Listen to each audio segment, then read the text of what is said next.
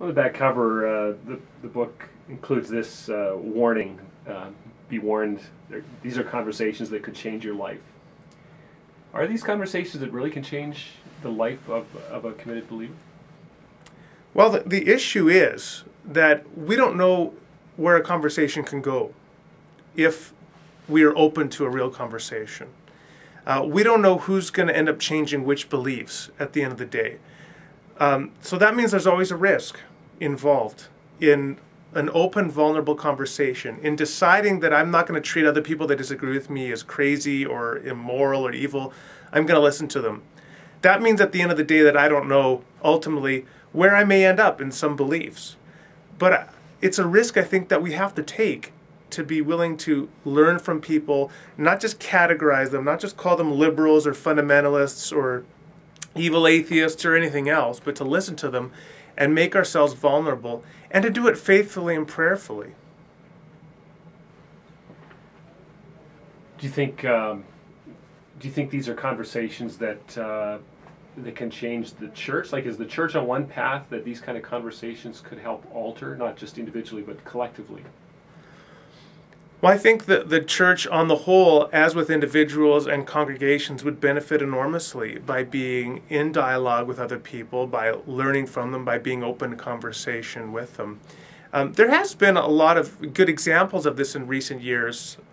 Say a lot of the ecumenical dialogue within the Catholic Church. The Catholic Church in the last 30 years has been in dialogue with Reformed Christians, with Pentecostals, with Eastern Orthodoxy, with the so-called Nestorian Christians. And many of these divisions have been divisions, say, with the so-called Nestorians, that have existed for 1,500 years.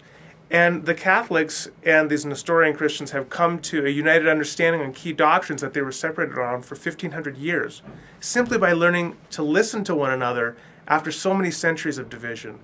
And when we talk about Jesus saying that the church will be known by our love for one another, this seems to me to be something of enormous value. So it's not just listening to non-Christians, it's listening to other Christians and just other people you disagree with on many things.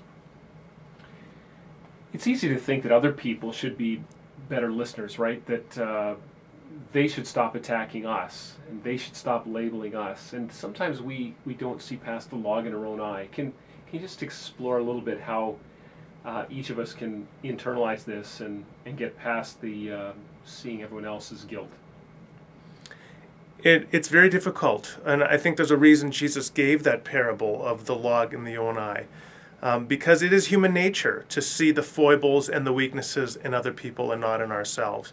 I talk about this in the book in terms of belief as what psychologists call the confirmation bias.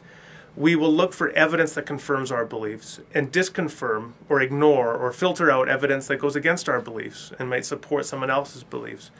And that is simply something we have to train ourselves to be looking for, to be sure that we are being as objective and fair as we can when we're interacting with other people and their beliefs. And I think we all have to recognize that in that regard we are works in progress. None of us is perfect.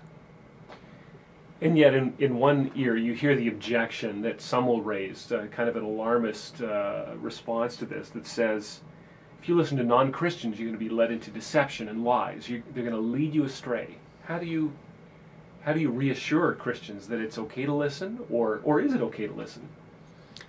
Well, I think part of the response is to say that we just need to get grounded in our beliefs. And that, of course, means talking to other Christians as well, reading Scripture, thinking. But we do simply need to talk to other people, even though there is a risk. But maybe in some respects, Christians don't have everything right, and maybe we can learn from other people in key respects. That doesn't seem to be such an extraordinary claim to make. I think there's a lot of examples in history of Christians who were deeply mistaken on important issues. And one way you break out of that is by learning to listen to others.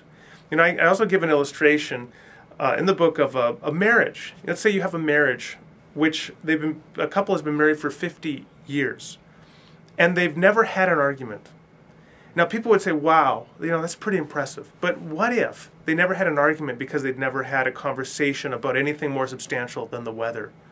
I think that would be a real tragedy. It would be a shallow marriage.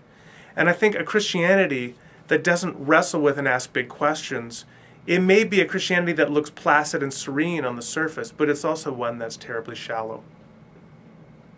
One of the things that strikes me too is that there's an impulse that runs back through Christendom that is for a place of privilege and power and control. And there's a certain humility that comes from losing that place of privilege. You can imagine a Christian slave in the Roman Empire, or a persecuted Christian in China or some other country that has learned to listen because humility is simply required. And I don't know if you want to talk a little bit about that, but how much of not listening comes from seeking to control? Well, we are in what we call today a post-Christendom world. From the time of Constantine in the 4th century, the church was typically within the Western world the dominant voice in terms of providing a religious framework for thought. And for many people, it's been very disconcerting in the last 100 years or more for Christendom to have been slowly taken apart. So now we live in a pluralistic society. It's largely a secular society in the West. There's no unifying religious framework.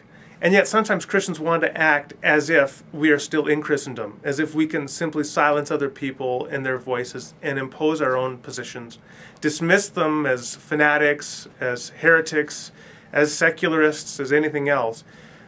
It's increasingly not viable. So you could say that part of this book's mission is to challenge Christians to move into the challenge of a post-Christendom world and learn to listen to other people, which is a necessity. It is how the early Christians worked. You see, Paul of Mars Hill is a great example of that too, where he engaged. He didn't abandon his principles, but he didn't dominate that conversation. Is that fair? Well, yeah, I love the example of Paul and Mars Hill, because the beginning of chapter 17 of Acts begins with Paul in the synagogue reasoning from the scriptures.